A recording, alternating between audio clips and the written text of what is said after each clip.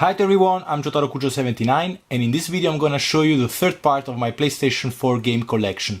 If you're new to my channel, don't forget to subscribe because I upload videos that will help you with your collection every single week. Also let me know in the comments if you prefer buying your games new or pre-owned. But let's start! The first game is Assassin's Creed Syndicate. It's a third-person action-adventure game developed and published by Ubisoft, and this is the 9th major installment in the Assassin's Creed franchise. The second game after Unity, released on PS4. This time the game is set in London in the late 19th century. The game allows you to control two protagonists, Jacob and Ivy Fry. There is no multiplayer, and the game received positive reviews, aggregating 75 on Metacritic. This was the second Assassin's Creed that I played, and I have to say that it was actually good. The story, the graphics, how they recreated London during the Industrial Revolution. I will give the game 7 or 8 out of 10, and I paid it 10 euros.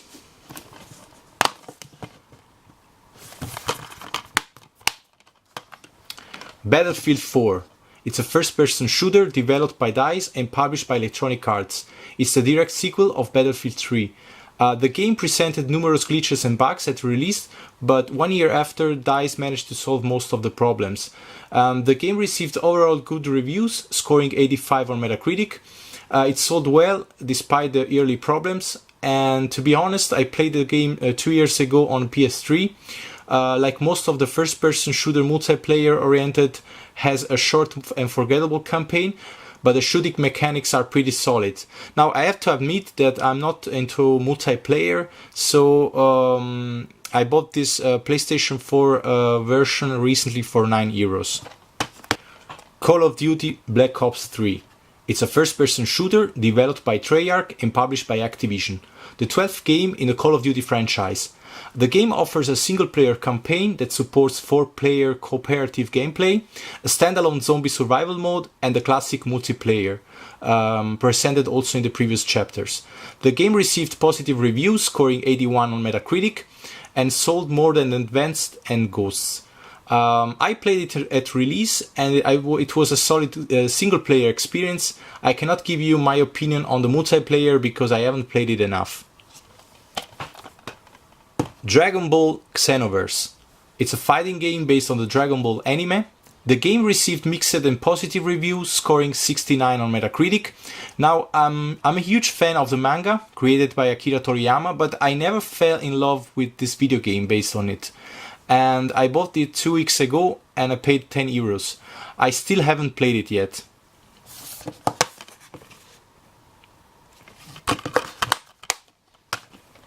Bioshock, the collection.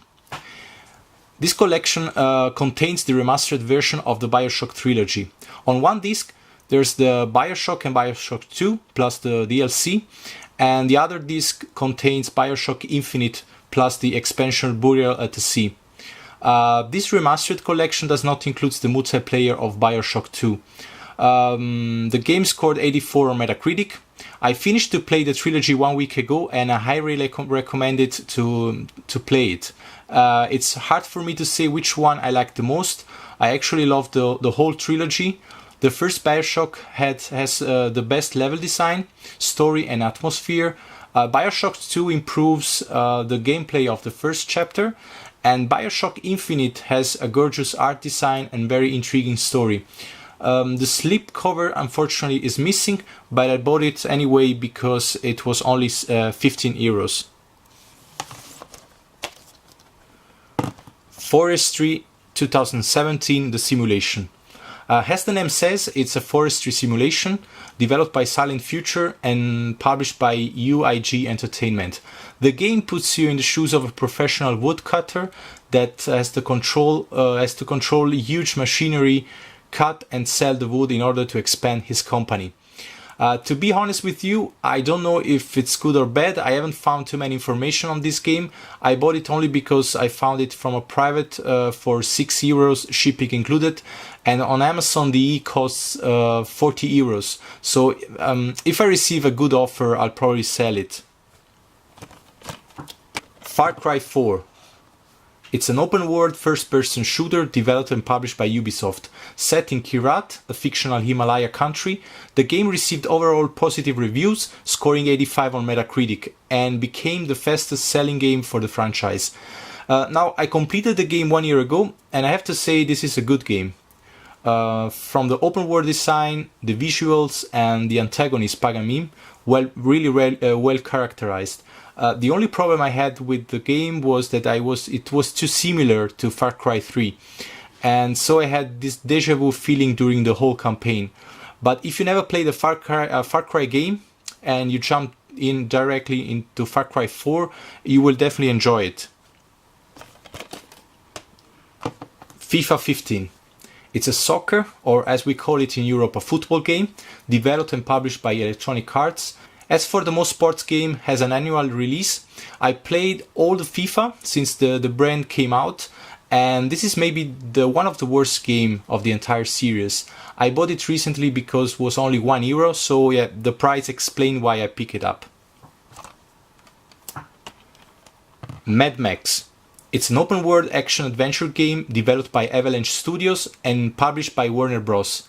It's a tie-in of the latest Mad Max movie, featuring Charlize Theron and Tom Hardy. The game is set in a post-apocalyptic wasteland and features also vehicular combat. The game received mixed reviews, scoring 69 on Metacritic. My experience with this game was also mixed. I liked the setting, the graphics and the vehicular combats, but I hated the structure of the main quests that force you to repeat boring secondary missions in order to continue in the main campaign. The gameplay takes a lot of inspiration from the Batman Flow combat system. Tom Clancy's Rainbow Six Siege. It's a first-person tactical shooter game developed and published by Ubisoft. The game is focused on competitive multiplayer and emphasizes environmental destruction. There are 12 missions called situations in single player, but they are more like a tutorial than a single player campaign. The game received positive reviews, scoring 73 on Metacritic. I think this game gives best playing it with your friends, cooperating in the same team instead of relying on random matchmaking players. I think the game was good, but is not really my genre. Star Wars Battlefront. It's a first or third person shooter, depending how you want to play it, developed by DICE and published by Electronic Arts. It's the third main installment in the Star Wars Battlefront franchise. The game received mixed reviews, scoring 73 on Metacritic. It was praised for the gameplay, definitely more accessible for newcomers, the visuals and the graphics, really impressive, but at the same time was criticized for the lack of content, especially the lack of a single player campaign. And yeah, for me, Star Wars game without a single player campaign is a huge disappointment. Recently, DICE stated they will stop supporting the game, maybe because they are starting to focus on the development of a new Battlefront game. The next one is a PS4 exclusive and is The Order 1886. It's a third-person cover-based shooter developed by Ready at Dawn. Set in alternative Victorian-era London, where we will play in the shoes of the protagonist Sir Gal Hunt as a knight of the legendary Round Table, fighting against half-breeded werewolves and rebels. The game scored 63 on Metacritic. Now, I paid it only €10, and despite the flaws, which are in my opinion a short single-player campaign, boss fights full of quick-time events, non-skippable cutscenes and no multiplayer, I have to say I enjoyed playing this game. It has one of the best graphics on console, intriguing story and characters, solid gameplay. So if you have the chance to buy this game on cheap, give it a try. The Witcher 3 Wild Hunt. It's an open-world third-person action RPG game developed by CD Projekt. The third game in the series based on the fantasy novel of the Polish author Sapkowski. The game was critically acclaimed for its narrative, the world design, the graphics, basically everything, and received multiple Game of the Year awards, scoring 92 on Metacritic. Two expansions were also released, Heart of Stone and Blood and Wine, both available in the Game of the Year edition. I invested more than 70 hours in this game, and in my opinion is probably one of the best RPG ever made. Highly recommended for everyone. The game came with the soundtrack, with some stickers, with a short introduction into the Witcher world, with the world map, and with the manual. And this is pretty awesome and a rarity for the PlayStation 4 games nowadays. The last one is We Sing. It's a party game, and I have actually no interest in playing this one. I only bought it because it was extremely cheap, just 5 euros, and right now is 20 euros worth. So this was it for today. If you liked the video, clicking the like button is not a bad idea, and if you want to see more of these episodes, subscribing is the best way to stay tuned on my channel. Watch also my previous videos if you missed them, and see you in the next episode.